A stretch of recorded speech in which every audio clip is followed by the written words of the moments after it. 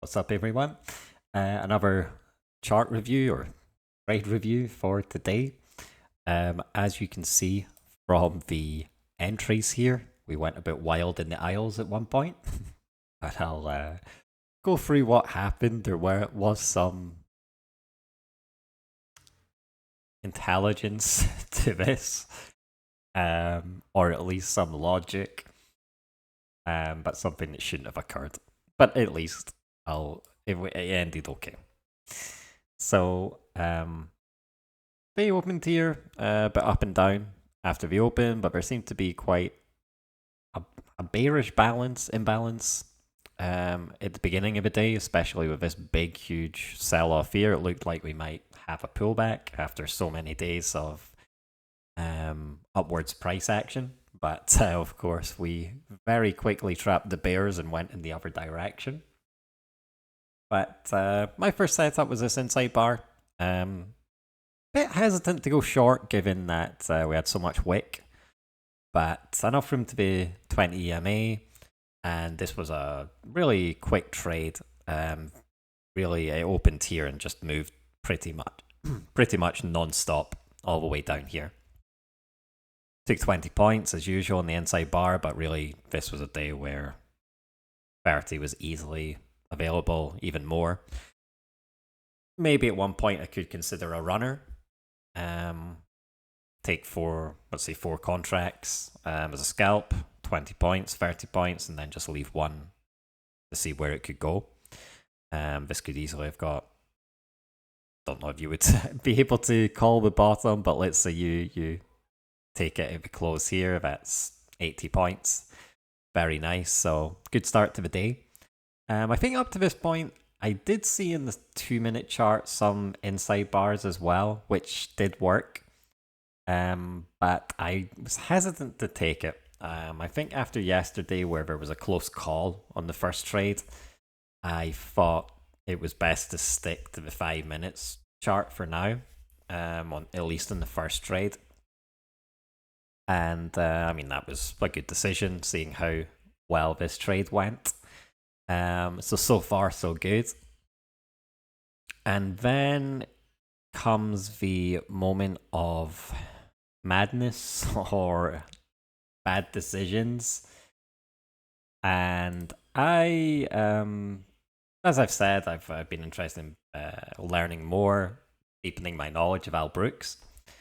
And I'm in a few discords of Al Brooks, and someone on the ES chart took a very nice L1, so a first entry short, so first pullback and enter there. So it looked a lot better in the ES. It was, maybe if you could imagine this bar here as being red, and below the EMA, the 21 EMA or 20 EMA, looked a nice trade from their charts. And I think I was swayed, and I wanted to enter in a first entry short as well. And I convinced myself that this was an Al Brooks L1 entry, and it's just not a good entry at all. Really bad. I mean, if I'm trading Al Brooks, this was a bad entry to take. I think it's okay to consider that we might get another test of these lows, but this might just be one leg, 2 legs, rather than one big leg, correction, another leg. And why didn't I just stick to inside-outside bars? I'm in two minds. Either I became a bit cocky because in the last 10 trades of this inside-outside bars, I've won 9 and lost 1. And when you start to get that streak, you get the feeling that each time you enter a trade, it's going to be a winner.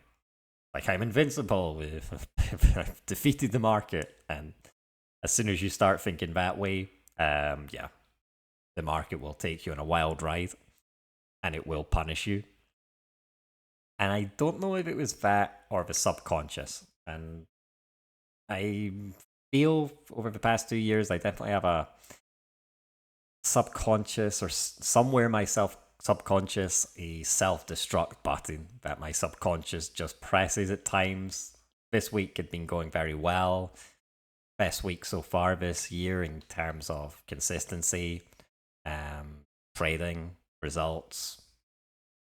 Any way I want to look at it, best week after just deciding to take these very simple inside-outside bar movements. And I don't know if there was something myself in my subconscious that decided, okay, let's get that self-destruct button and let's smash it. So I inexplicably took this setup that I tried to convince myself was an Al Brooks setup, and we were going lower. I got ticked in, and immediately this reversed.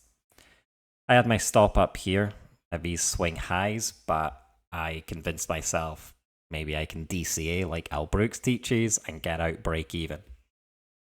So these 10 minutes were extremely anxious 10 minutes where I was hoping for a reversal candle.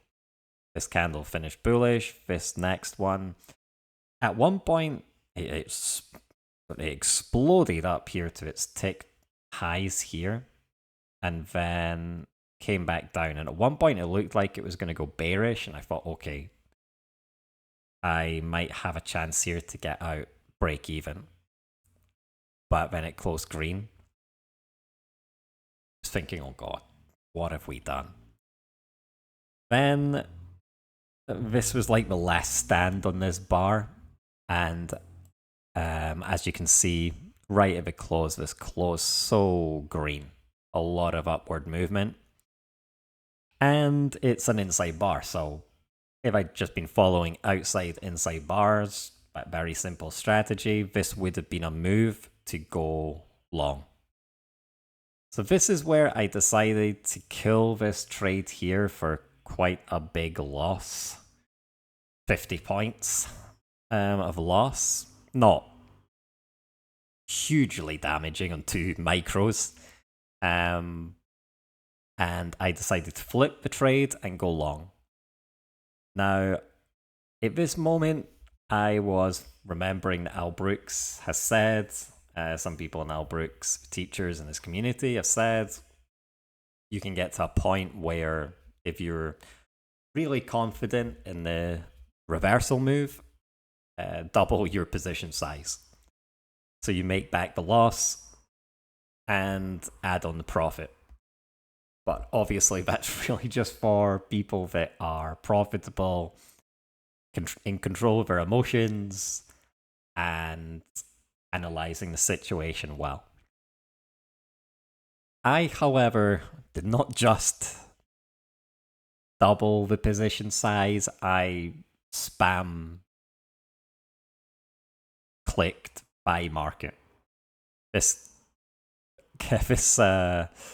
button, this bar triggered and came down a little, and you can see I entered 2, 4, 6, 8.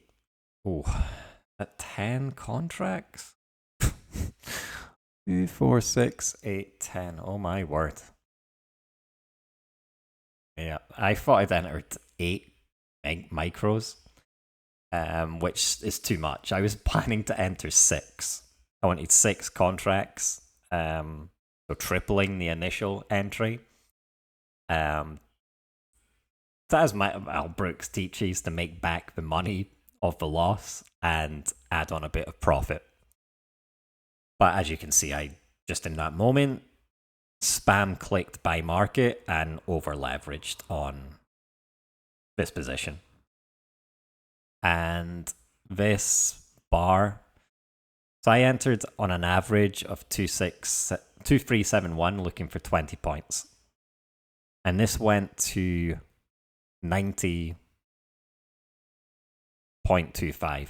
So essentially 3 ticks from my target.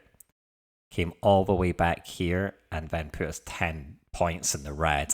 And how I was feeling at that point because of my actions, I was just, not in control of my emotions at this point. I didn't touch anything. I didn't move the stop, take profit. I let the trade play out. And thankfully, bulls came back into the market. And we got 20 points there. And P&L, I shouldn't be playing P&L, but it worked out well. And I think the problem here is if I had taken these decisions rationally, it would be fine. If I had sat quietly, calmly, and said, I've been trapped here in this trade, I'm wrong, let's flip the position and take this setup and size appropriately, it would have been fine, I think. It's not something I want to do because I'm not a good enough trader to be flipping positions all the time and sizing differently. But had I calmly and rationally if I'd calmly and rationally taken the same decisions, apart from taking this shit trade, but let's just say it was a good trade, and then I'd rationally made this decision to flip it, that would have been fine. Maybe I did rationally think here, okay, this is an inside bar, perfect setup to go long. So I did flip it well, but this here I should have calmly added just 6 contracts, not spam pressed buy market and end up with 10 contracts, 10 micros. Because yeah, that's not something they should be doing. Yeah, so if that had been rationally taken, it's fine, but again, it's just something for me to analyze, because if I just stuck with inside outside bar today, it would have been another very calm day. I would have taken this 20 points, waited a while, and taken this 20 points as well, and called it a day. But I've just needlessly stressed myself out and taken a shit trade in between for really no reason. There's no reason. I mean, this inside outside bar has, I mean, it's only been 5 days, but 5 days of the most calm progress or stability I've had trading this year. And there's no reason to change it for now. I think there's maybe a part of my self-conscious thinking this can't be. I mean, there's 2 weeks of good results, 1 week of mainly back testing, this week of forward testing. Can trading actually be just that simple? And I think I'm quite skeptical about that. But for now, it's been working well. So I think maybe there's a part of my subconscious that just thought this is going too well. It can't be this easy. Let's just smash that self-destruct button. But I got myself out the hole at least. But it's a sign that I can't mix and match. I need to study more on Albrooks if I want to do that in the future. And for now, just stick to these inside-outside bars. Take the first 2 that you see in the day. 3 if one was a win or a loss. And once you get to 2 wins or 2 losses, just call it a day. So a bit of a bump there with this decision to, go a bit haywire when I shouldn't have, but at least here I flipped it. Even if I was in a bit of a panic, I flipped it appropriately. I flipped it in an appropriate place. And I mean, Al Brooks does teach that you can flip the position when your thesis is wrong and you're sure that it's going in the other direction. You can flip it, size appropriately, and come out in the green.